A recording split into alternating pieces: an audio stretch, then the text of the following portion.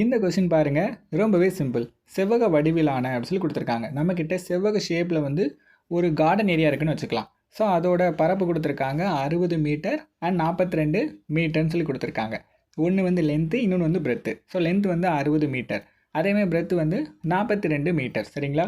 இப்போ என்ன பண்ண போகிறேன்னா, அதோட ஒரு மூலையில் ஒரு கார்னர், இந்த கார்னர் ஃபிக்ஸ் பண்ணிடலாம். கார்னரில் ஒரு குதிரையை நான் கெட்டி போட போகிறேன். ஒரு குதிரை என்ன பண்ணியிருக்கேன், கெட்டி போட்டிருக்கேன்.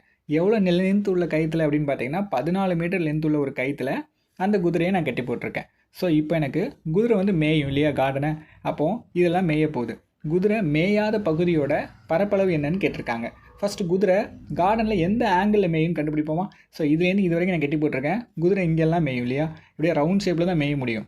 எல்லா பக்கமும் போக முடியாது, ஏன்னா கயிறு வராது. அப்படியே பார்க்கும்போது அப்படியே ரவுண்ட் அடிக்கும், ஒரு ரவுண்ட் அடித்து மேயும். சரிங்களா? ஸோ இந்த ரவுண்டில் தான் மேயும். இந்த ரவுண்டில் ஒரு கால்வாசி பகுதி மட்டும்தான் என்னது, அந்த ஸ்கொயருக்குள்ளே வருது. சரிங்களா?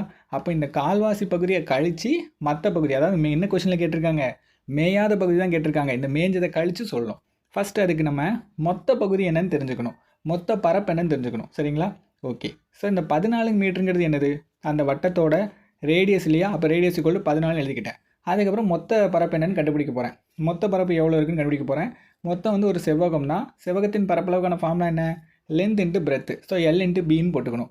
போட்டு கண்டுபிடிச்சா எனக்கு 60 × 42 என்ன வரும், 2560. இது அந்த கார்டன் ஏரியாவோட மொத்த பரப்பு. இப்போ எனக்கு குதிரை மேஞ்ச பரப்பை கண்டுபிடிப்போம். கண்டுபிடிச்சா அதுலேருந்து மேயாத பரப்பை கண்டுபிடிக்கிறது ஈஸி. மேஞ்ச பரப்பு என்னது அப்படின்னு பார்த்தீங்கன்னா, வட்டத்தின் கால் பகுதி மட்டும்தான் மேஞ்சிருக்கு. அப்போ வட்டத்தின் பரப்பளவுக்கான ஃபார்முலா πr². அதில் கால் பகுதி மட்டும்தான், அப்போ டிவைடட் பை 4ன்னு போட்டுக்கணும். ஸோ பைக்கு பதிலாக 22/7, 6க்கு பதிலாக அந்த 14 சப்ஸ்டியூட் பண்ணுவோம். 14 × 14 டிவைடட் பை அந்த 4.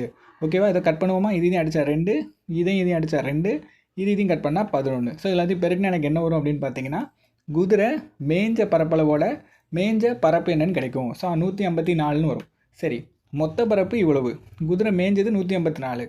அப்போது இதுலேருந்து இதை கழிச்சா குதிரை மேயாத பரப்பு என்னன்னு தெரிஞ்சுக்கலாமா? ரொம்ப ரொம்ப சிம்பிள் இல்லையா?